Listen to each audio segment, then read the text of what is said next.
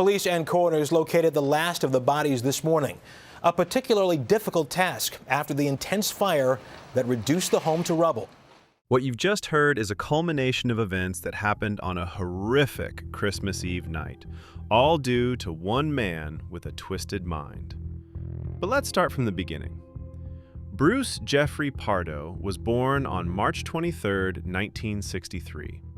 He then lived in San Fernando Valley, and he later came to graduate from John H. Francis Polytechnic High School, located in Sun Valley, Los Angeles, and California State University, Northridge. After getting his education, he scored a job at the Jet Propulsion Laboratory in La Cañada, Flint Ridge. Later, in 2004, he met a girl by the name of Sylvia Ortega, and they quickly got close and became officially together. To further strengthen the bond between them, Bruce Jeffrey Pardo wed to Sylvia Ortega in 2006, with a hope of creating a happy family and living a simpler life. But it all started quickly falling apart, mainly because of a disagreement concerning their financial situation. Sylvia proposed opening a joint bank account, which is a pretty common decision after getting married, but she could never expect what that would eventually lead to. Pardo was not interested in that idea at all, which led to further issues between the couple, which is pretty confusing because her proposition wasn't hostile towards him in any way. On top of these problems, he got tired of paying a part of his money for her children's needs, as he thought she should be the one covering all the costs. His actions' rightfulness is debatable, but financial conflicts should never lead to violence, and they never could justify acts that Pardo would come to commit. There were also some information given about Bruce's child from a previous relationship.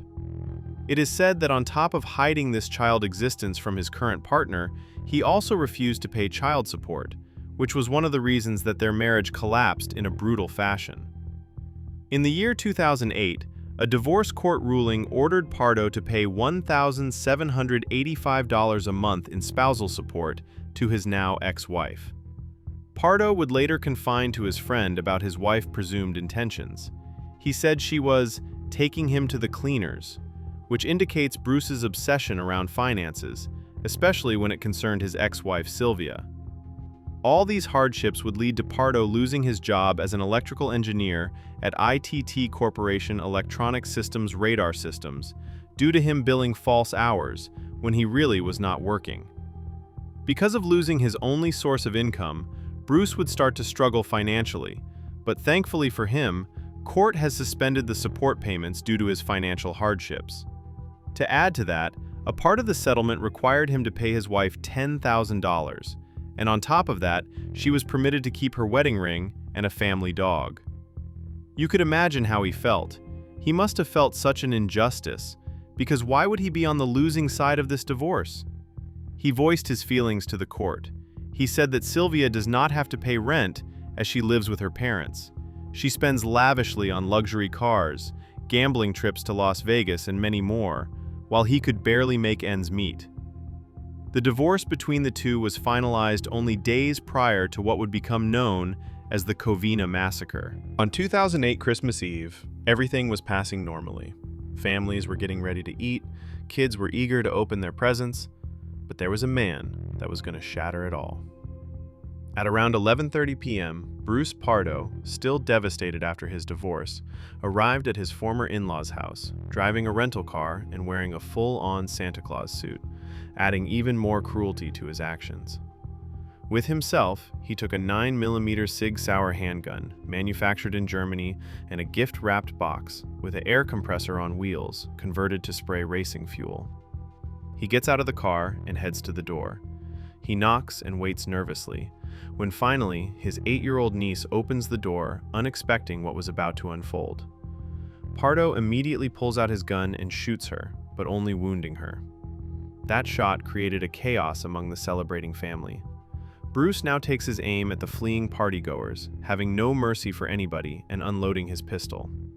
After shooting for a while, he goes to unwrap his gift that contained the sprayer.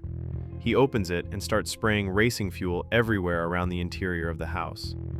According to police reports, Pardo meant for the fire to be ignited with a flare when he gets to a safe distance, but instead, fuel contacted an open flame, which led to a huge explosion, alerting neighbors and emergency services. During the shooting and arson, a total of 9 family members were killed, and 3 got severely injured. One of them miraculously managed to reach neighbor's house, and thanks to that, they were able to call authorities and for the first time potentially identify the suspect as Bruce Pardo. You will now hear the horrific call. Covina 911. Yes, I'm on Northwest Avenue. I'm homicidal died, and he shot my little cousin right now. Okay, can you tell if there's anybody injured? Because we have fire department and officers en route. Hello? Hi. Please come immediately. Who's in your house? Immediately. Ma'am, is the guy in your house right now? We're having 2 houses down on the cookie side. Okay. Ma'am, hold on. Is he at your house? Yes, he's downstairs shooting. What do you think his name is, Bruce? His name is Bruce Pardo. Okay, and who is he to you guys? Excuse me? Who is he to you? He's my ex-brother-in-law. They're going through a divorce right now. Okay. With my sister. Hold on 1 second, okay? I don't know who else is alive. I know, ma'am. Just stay on the phone with me, okay? My whole family, there's 30 people, 25 people. I know. It's okay. The officers are there. They're trying to get to you guys, okay? He came in through the entrance of the door, and there's a Santa Claus suit, and I didn't see from when he shot. I heard the shots, and they were like poppers, and I wasn't sure what it was, so everyone started panicking and running, so we all dove under the dining room. Some of us dove, some of us left. I don't know. My mom's house is on the... Ma'am, the fire department's there, okay? What's he wearing? What is he wearing? Please. What is he wearing? Please tell me. My nephew... What is he wearing now? He changed his clothes from Santa Claus clothes. Okay, let me know what he's wearing. Black clothes. All black? He's on neighbor's doors. It was also confirmed that Pardo has planned a very detailed and thought-through escape plan. His name was found under many different rental cars that he had parked around the area. One of them was parked near the house of his wife's divorce attorney, and it was filled with supplies and maps of Southwest and Mexico. Police speculation is that the attorney was also a potential target.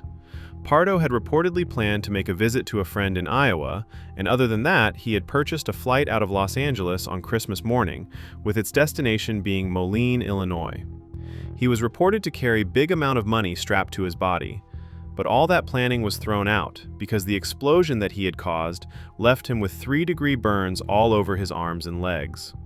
After setting the home on fire, he changed his partially melted into his skin Santa Claus costume and then drove to his brother Silmar house. He would later be found in that house, dead from a self-inflicted gunshot wound to the mouth at 3 a.m. It's important to mention that his brother was not present at the house then. Later analysis of Pardo's blood revealed that he had cocaine in his system during the attack and his death. His escape car was later found near his brother's house.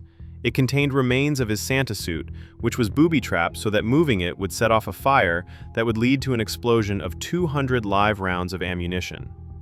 Discoveries at his house further troubled the detectives, as they found 5 empty boxes for semi-automatic pistols, 2 shotguns, and a container made for high-octane fuel.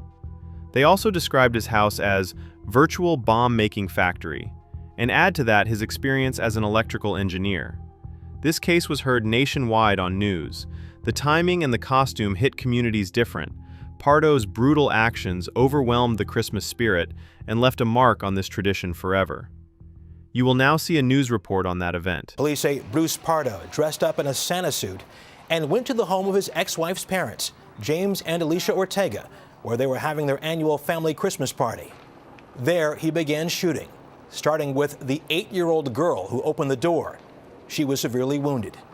Then he opened a gift-wrapped package, a pressurized tank that police say Pardo had rigged up to blast a mixture of race car fuel all over the house. Pardo was severely injured during that explosion. He suffered 3rd-degree burns on both arms. It also appears that the Santa Claus suit that he was wearing did melt onto his body. Pardo then drove to his brother's house, where he shot himself. Police found explosives in his rental car there. It blew up while they were trying to defuse the bomb, but no one was injured. The Covina massacre remains one of the most chilling examples of how domestic resentment can evolve into domestic terrorism. Bruce Pardo didn't just want to leave his marriage, he wanted to erase every trace of the life he felt had betrayed him. His meticulous planning, the modified flamethrower, the booby-trapped car, the rental vehicles, revealed the cold, calculating mind of an engineer who treated a human tragedy like a technical problem to be solved. But in the end, his own chaos consumed him.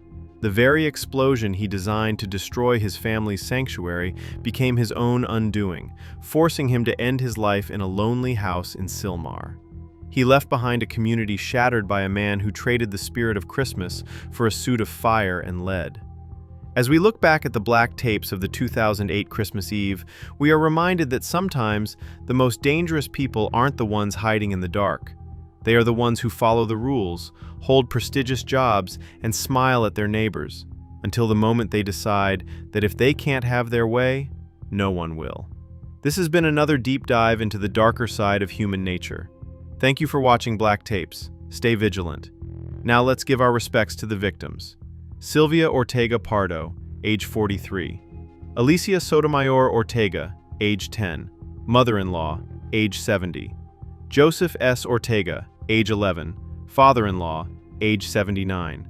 Charles Ortega, age 11. Brother-in-law, age 50. Sherry Lynn Ortega, age 45. Sister-in-law. James Ortega, age 52. Brother-in-law. Teresa Ortega, age 52. Sister-in-law. Alicia Ortega Ortiz, age 46. Sister-in-law. Michael Andre Ortiz, age 17. Nephew.